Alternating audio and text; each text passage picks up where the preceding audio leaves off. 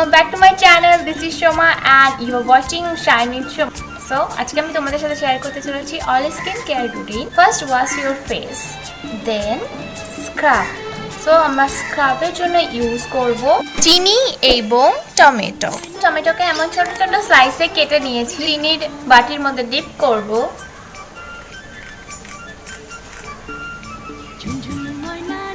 and direct নিজের ফেসে apply করব like a scrub. Massage it well, leave for 5 minutes and then wash it.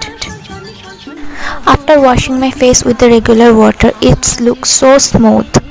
And now আমি একটা face pack use করব যেটাও হোমমেড। ফেস প্যাকের জন্য আমি এখানে 2 চামচ ময়দা নিয়েছি, 1 চামচ লেবুর রস, 1 চামচ টমেটোর রস, চামচ মধু। Mix it well.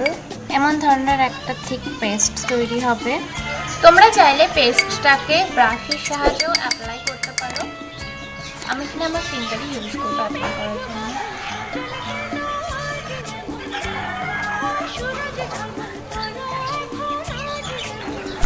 Don't forget your neck area. Leave for 20 minutes. After 20 minutes, wash my face and you can see the result.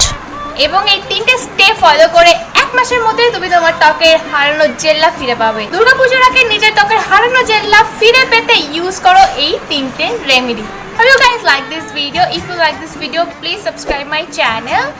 See you in my next video. Till then, stay tuned.